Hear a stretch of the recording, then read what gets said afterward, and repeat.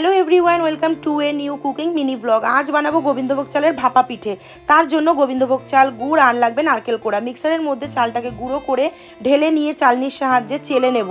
Half mug উষ্ণ গরম জলে লবণ মিশিয়ে নেব হাফ চামচ। চালের গুঁড়োটাকে ওই জল দিয়ে ঝুরঝুরে করে মেখে নিয়ে 10 মিনিট রেস্টিং টাইমে রেখে দিতে হবে। তার আগে হাতে মুঠ করে দেখে নিতে হবে যে মুঠটা হলেই মনে করতে হবে চালের গুঁড়ো রেডি। 10 মিনিট পরে আবারও চালনি দিয়ে মিহি করে চেলে নিয়ে একটি বাটির মধ্যে পরিমাণ মতো তৈরি করা চালের গুঁড়ো, তার মধ্যে দিয়ে দেবো নারকেল কোড়া ও গুড় দিয়ে এবার উপর থেকে চালের গুঁড়ো দিয়ে হালকা করে চেপে নিয়ে একটা সুতির ভেজানো কাপড় দিয়ে মুড়ে নিয়ে গরম উষ্ণ জলের উপর একটা ছাঁকনি বসিয়ে 2 থেকে 2.5 মিনিটের জন্য এক একটা পিঠে তৈরি হওয়ার জন্য রেখে দেবো। তারপর নামিয়ে গরম গরম সার্ভ করে দিলাম ভাপা পিঠে। যেমনই হয়েছে নরম তেমনই পুরে ঠাসা এই ভাপা পিঠে, জাস্ট অসাধারণ। এই রেসিপিটা যদি ভালো লেগে থাকে অবশ্যই একটি করে লাইক কমেন্ট করে দিও। আর ফুল ভিডিওটা দেওয়া আছে আমার মাম্পির কিচেনে মাপসহ। টাটা।